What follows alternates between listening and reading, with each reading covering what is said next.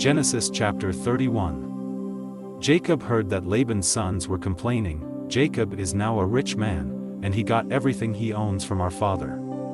Jacob also noticed that Laban was not as friendly as he had been before. One day the Lord said, "Jacob, go back to your relatives in the land of your ancestors, and I will be with you." Jacob sent for Rachel and Leah to meet him in the pasture where he kept his sheep, and he told them, "Your father isn't as friendly with me as he used to be, but the God my ancestors worshipped has been on my side.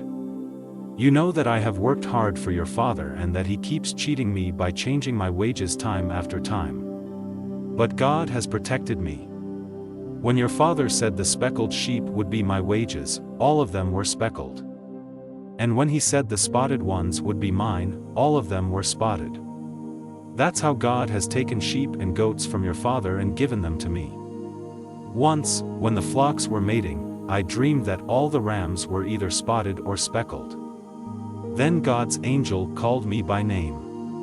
I answered, and he said, 'Notice that all the rams are either spotted or speckled. I know everything Laban is doing to you, and I am the God you worshipped at Bethel, when you poured olive oil on a rock and made a promise to me. Leave here at once and return to the land where you were born.' Rachel and Leah said to Jacob, 'There's nothing left for us to inherit from our father. He treats us like foreigners and has even cheated us out of the bride price that should have been ours. So do whatever God tells you to do. Even the property God took from our father and gave to you really belongs to us and our children.' Then Jacob, his wives, and his children got on camels and left northern Syria for the home of his father Isaac in Canaan. Jacob took along all his flocks, herds, and other property. Before Rachel left, she stole the household idols while Laban was out shearing his sheep. Jacob tricked Laban the Aramean by not saying that he intended to leave. When Jacob crossed the Euphrates River and headed for the hill country of Gilead, he took with him everything he owned. 3 days later Laban found out that Jacob had gone. So he took some of his relatives along and chased after Jacob for 7 days, before catching up with him in the hill country of Gilead. But God appeared to Laban in a dream that night and warned, "Don't say a word to Jacob. Don't make a threat or a promise." Jacob had set up camp in the hill country of Gilead, when Laban and his relatives came and set up camp in another part of the hill country. Laban went to Jacob and said, "Look what you've done. You've tricked me and run off with my daughters like a kidnapper. Why did you sneak away without telling me? I would have given you a going-away party with singing and with music on tambourines and harps. You didn't even give me a chance to kiss my own grandchildren and daughters goodbye. That was really foolish. I could easily hurt you, but the God your father worshipped has warned me not to make any threats or promises. I can understand why you were eager to return to your father, but why did you have to steal my idols?" Jacob answered, "I left secretly because I was afraid you would take your daughters from me by force. If you find that any one of us has taken your idols, I'll have that person killed. Let your relatives be witnesses. Show me what belongs to you, and you can take it back." Jacob did not realize that Rachel had stolen the household idols. Laban searched the tents of Jacob, Leah, and the 2 servant women, but did not find the idols. Then he went to Rachel's tent. She had already hidden them in the cushion she used as a saddle and was sitting on it. Laban searched everywhere and did not find them. Rachel said, "Father, please don't be angry with me for not getting up, I'm having my period." Laban kept on searching, but still did not find the idols. Jacob became very angry and said to Laban, "What have I done wrong? Have I committed some crime? Is that why you hunted me down? After searching through everything I have, did you find anything of yours? If so, put it here, where your relatives and mine can see it. Then we can decide what to do. In all the 20 years that I've worked for you, not one of your sheep or goats has had a miscarriage, and I've never eaten even one of your rams. If a wild animal killed one of your sheep or goats, I paid for it myself. In fact, you demanded the full price, whether the animal was killed during the day or at night. I sweated every day, and I couldn't sleep at night because of the cold. I had to work 14 of these 20 long years to earn your 2 daughters and another 6 years to buy your sheep and goats. During that time you kept changing my wages. If the fearsome God worshipped by Abraham and my father Isaac had not been on my side, you would have sent me away without a thing.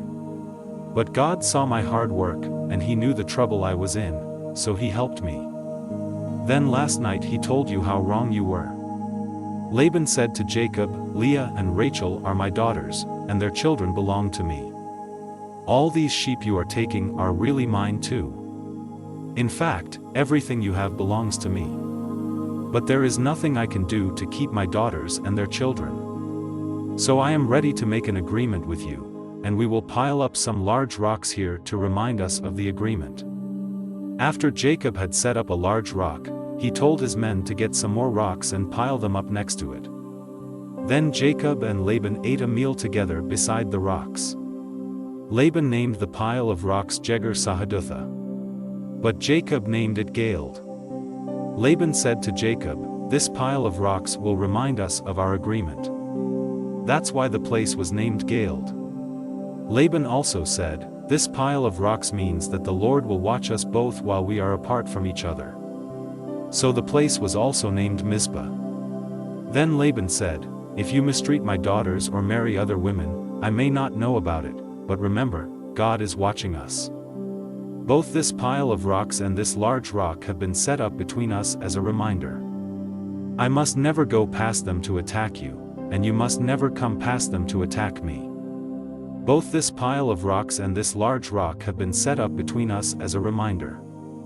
I must never go past them to attack you, and you must never come past them to attack me. My father Nahor, your grandfather Abraham, and their ancestors all worship the same God, and he will make sure that we each keep the agreement. Then Jacob made a promise in the name of the fearsome God his father Isaac had worshipped.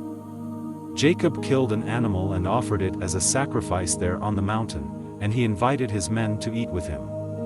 After the meal they spent the night on the mountain. Early the next morning, Laban kissed his daughters and his grandchildren goodbye, then he left to go back home. Genesis chapter 32. As Jacob was on his way back home, some of God's angels came and met him. When Jacob saw them, he said, this is God's camp.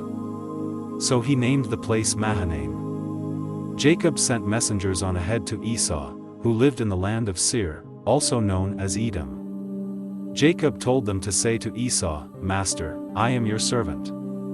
I have lived with Laban all this time, and now I own cattle, donkeys, and sheep, as well as many slaves. Master, I am sending these messengers in the hope that you will be kind to me. When the messengers returned, they told Jacob, we went to your brother Esau, and now he is heading this way with 400 men. Jacob was so frightened that he divided his people, sheep, cattle, and camels into 2 groups. He thought, if Esau attacks one group, perhaps the other can escape. Then Jacob prayed, you, Lord, are the God who was worshipped by my grandfather Abraham and by my father Isaac. You told me to return home to my family, and you promised to be with me and make me successful. I don't deserve all the good things you have done for me, your servant. When I first crossed the Jordan, I had only my walking stick, but now I have 2 large groups of people and animals. Please rescue me from my brother. I am afraid he will come and attack not only me, but my wives and children as well. But you have promised that I would be a success and that someday it will be as hard to count my descendants as it is to count the grains of sand along the seashore. After Jacob had spent the night there, he chose some animals as gifts for Esau, 200 female goats and 20 males, 200 female sheep and 20 males, 30 female camels with their young, 40 cows and 10 bulls, and 20 female donkeys and 10 males. 200 female goats and 20 males, 200 female sheep and 20 males, 30 female camels with their young, 40 cows and 10 bulls, and 20 female donkeys and 10 males. Jacob put servants in charge of each herd and told them, go ahead of me and keep a space between each herd. Then he said to the servant in charge of the first herd, when Esau meets you, he will ask whose servant you are. He will want to know where you are going and who owns those animals in front of you. So tell him, they belong to your servant Jacob, who is coming this way. He is sending them as a gift to his master Esau." Jacob also told the men in charge of the second and third herds and those who followed to say the same thing when they met Esau.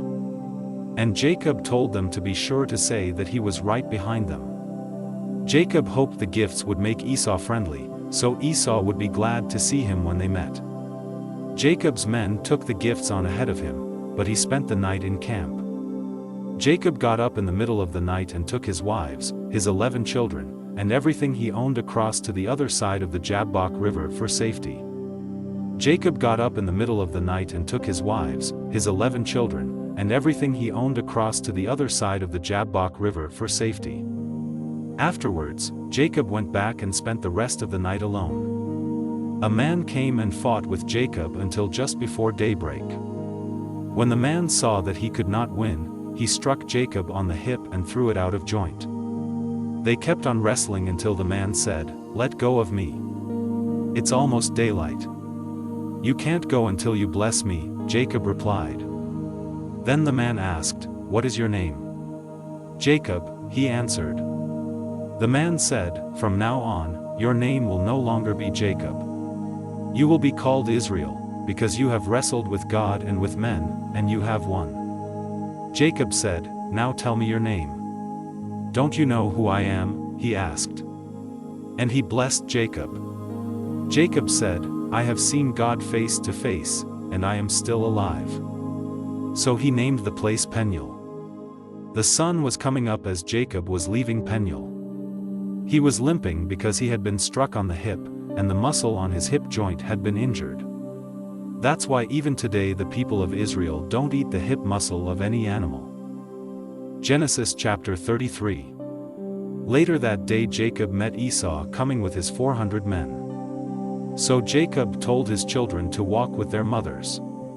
The two servant women, Zilpah and Bilhah, together with their children went first, followed by Leah and her children, then by Rachel and Joseph. Jacob himself walked in front of them all, bowing to the ground 7 times as he came near his brother. But Esau ran toward Jacob and hugged and kissed him. Then the two brothers started crying. When Esau noticed the women and children he asked, "Whose children are these?" Jacob answered, "These are the children the Lord has been kind enough to give to me, your servant." Then the two servant women and their children came and bowed down to Esau. Next, Leah and her children came and bowed down. Finally, Joseph and Rachel also came and bowed down. Esau asked Jacob, "Why did you send those herds I met along the road?" "Master," Jacob answered, "I sent them so you would be friendly to me." "But, brother, I already have plenty," Esau replied. "Keep them for yourself." "No," Jacob said. "Please accept them as a sign of your friendship for me. When you welcomed me and I saw your face, it was like seeing the face of God. Please accept these as gifts I brought to you. God has been good to me, and I have everything I need." Jacob kept insisting until Esau agreed. "Let's get ready to travel," Esau said. "I'll go along with you."